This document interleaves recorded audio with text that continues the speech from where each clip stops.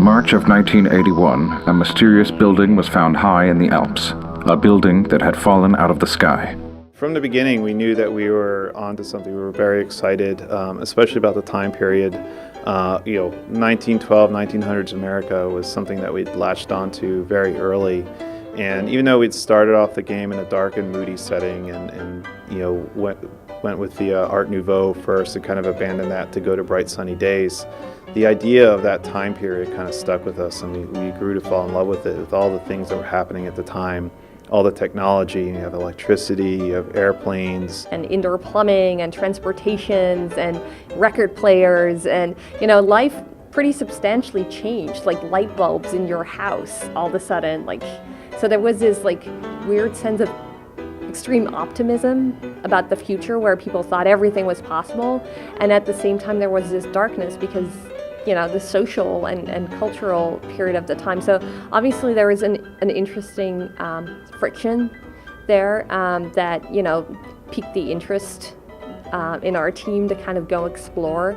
And if you kind of talk about the questions of politics and religion, and it's of all times. You can look at 1912 and see these themes. You can look at the 1950s and the 60s. These are themes that keep coming back throughout history.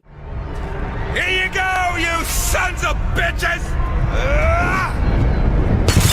Your homes are ours! Your lives are ours! We got a lot of questions, and people thought it was about right-wing American politics.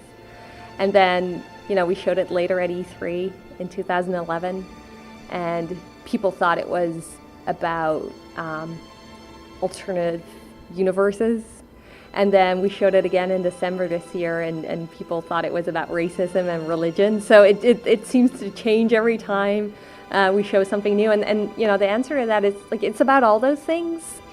But what it's really about, I think you're going to find out by the time you play this game. And I think we've been hinting at little things throughout, the different videos that we've been releasing and the different trailers that we've been releasing. So, if you look very carefully, maybe you can piece it together.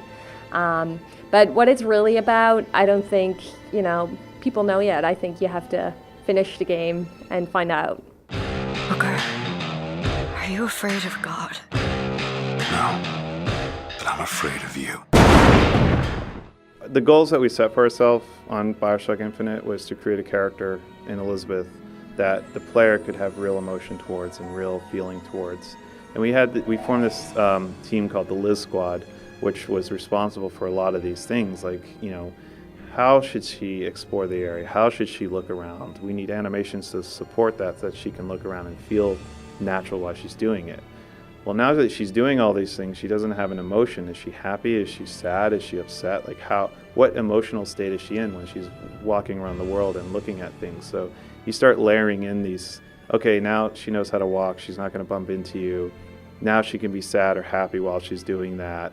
How do we display sad or happy? What changes in her mind? She's not going to twirl around a lamppost and dance when she's angry or upset, but she might do that if she's happy. She might, pretend she's on a balance beam or go and pick a flower or something. But, so you have to start thinking about the combinatorial effect of all these animations and emotions that she has. She plays a big part in the story, but she also plays a really big part in creating a special experience for you. She can, if you're out of ammo, just in the heat of the moment, she can toss you a gun.